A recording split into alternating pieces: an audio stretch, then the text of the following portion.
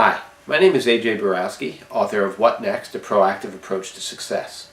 In the last video, I talked about the difference between budgeting and tracking your spending.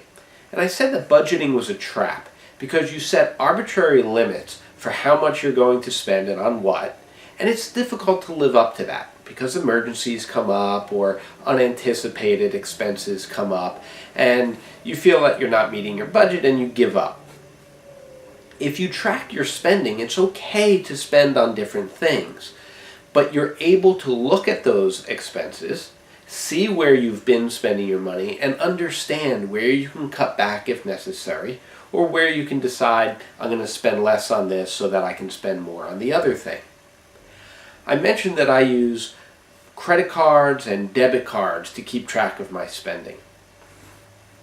It's dangerous to do that if you're already in debt.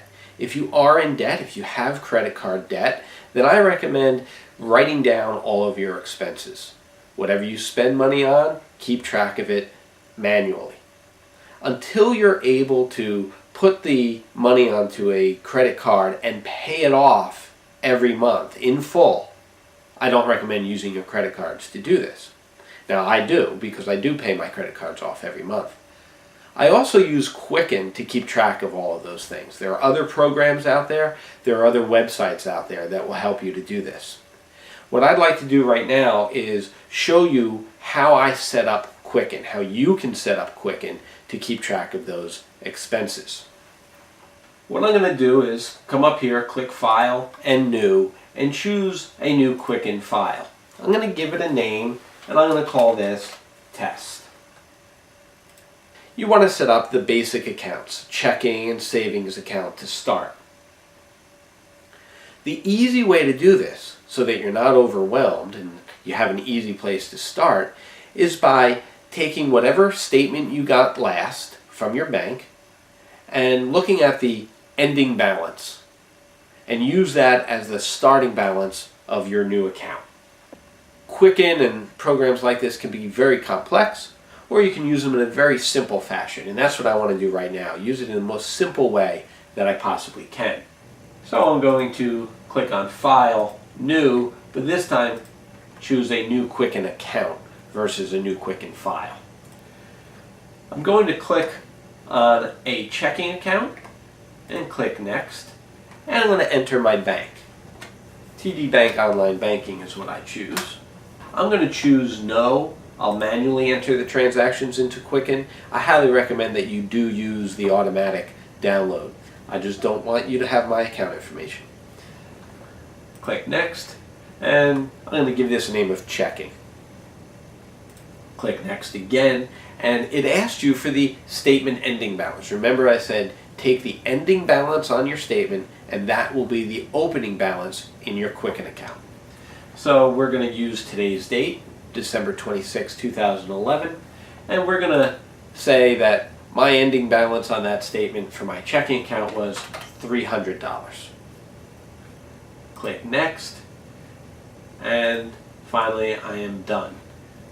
It takes me into the check registry, just like the back of your checkbook has a registry, and you can see that my opening balance is $300. From this date forward, all I have to do is download each month the monthly statement, and it will show me my paycheck, it will show me any debit card expenses I've paid, checks I've written, and I can begin to keep track of my accounts. If I choose File, New again, and New Quicken account, this time I'm going to choose a savings account. Same process. Choose the bank that I'm using, TD Online Banking, choose Next, and again, because I don't want my personal information out there, I'm going to choose No. I'll manually enter my transactions into Quicken. Again, highly recommend that you simply download those transactions.